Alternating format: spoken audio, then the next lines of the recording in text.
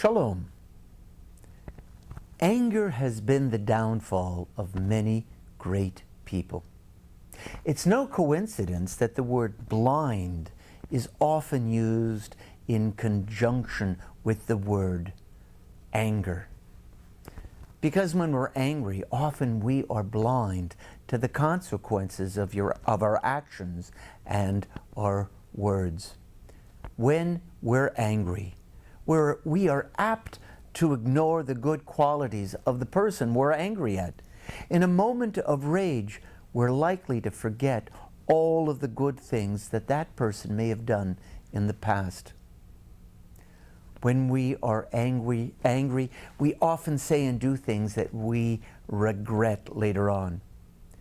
In seconds, anger can consume and destroy a relationship or a career that has taken years to build. In this week's Torah portion, Chukat, we witness how Moses' anger got the best of him. Moses, our greatest leader.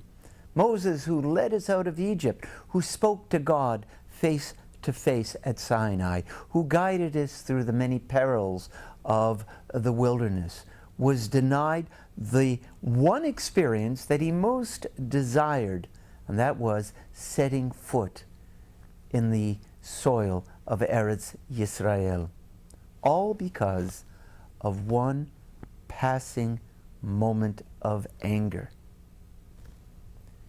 The Israelites were encamped in a place called Kadesh.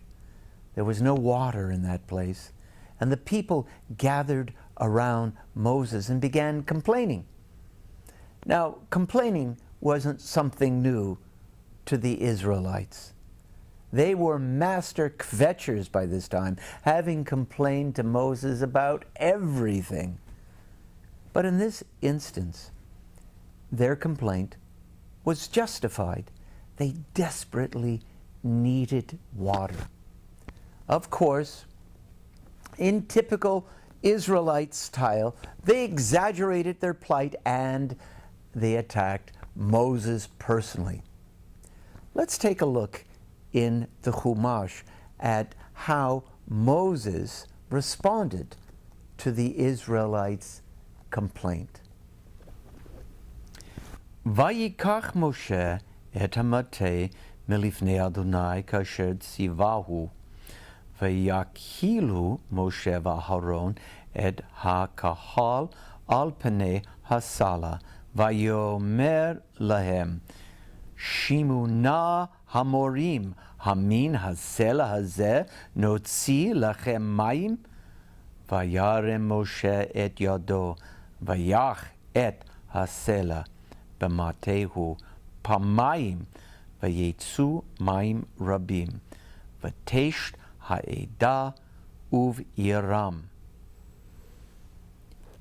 Moses took the rod from before the Eternal, as he had been commanded. Moses and Aaron assembled the congregation in front of the rock, and he said to them, "Listen, you rebels, shall we get water for you out of this rock?" And Moses raised his hand and struck the rock twice with his rod.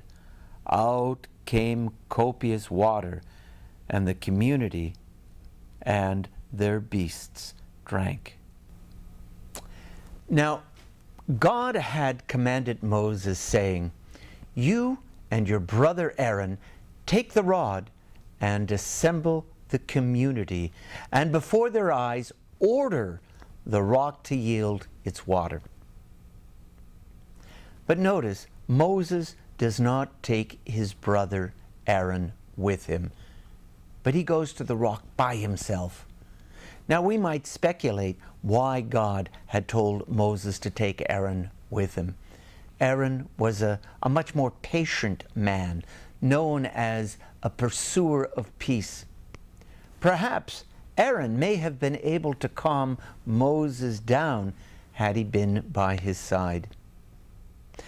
Now, instead of speaking to the rock as God had instructed him, Moses angrily strikes the rock, not once, but twice.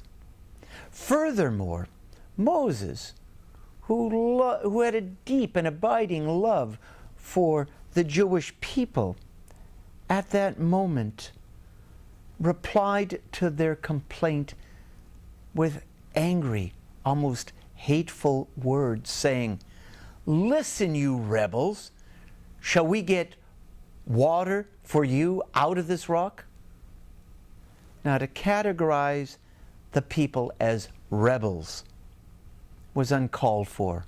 It was over the line, as there was merit in their complaint. But that is how people speak when they're angry. They say things that they regret later on. Moses, the greatest prophet who ever lived, in a moment of anger, lost everything.